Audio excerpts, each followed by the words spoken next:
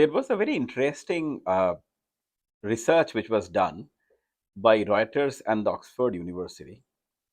to try to see as to how much have so far people around the world really embraced chatbots like ChatGPT or Microsoft Copilot or Google and so on. Now, if you add in all the chatbots and the percentage of folks who were surveyed by Reuters and Oxford,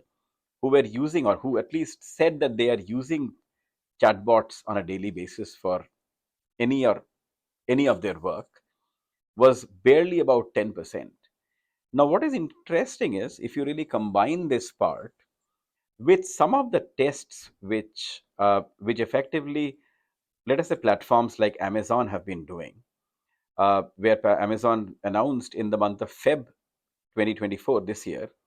essentially that they will be testing their AI chatbot or almost like an AI shopping assistant called Rufus. The question still remains is why has Amazon still not, a company as experimentative and as, I would say, strong in terms of reach and providing access, still not really rolled out widely? So that really poses some very interesting questions about the adoption of chatbot and how much and how quickly we think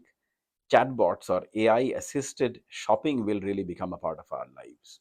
It's interesting primarily because end of last year, this was one of the trends that we had called out, and we were obviously elated to see that Rufus very clearly was in line with the trend that we had forecasted just about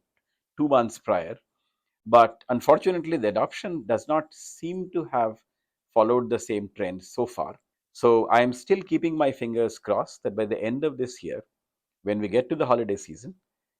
hopefully we are able to see a much higher